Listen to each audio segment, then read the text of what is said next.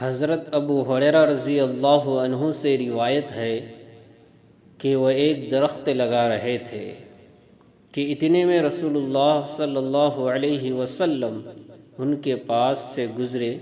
پوچھا، اے ابو ہریرہ، کس لیے درخت لگا رہے ہو؟ میں نے عرض کیا کہ اپنے لیے۔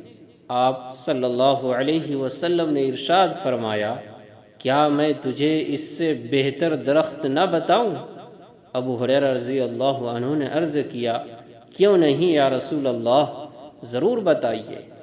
آپ صلی اللہ علیہ وسلم نے فرمایا، کہو سبحان اللہ، الحمد للہ، لا الہ الا اللہ، اللہ اکبر۔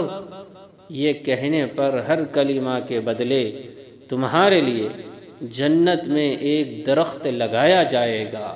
تو جی ہاں، اس ویڈیو کو زیادہ سے زیادہ شیئر کریں، لائک کریں، کمنٹ کریں اور چینل کو سبسکرائب ضرور کریں۔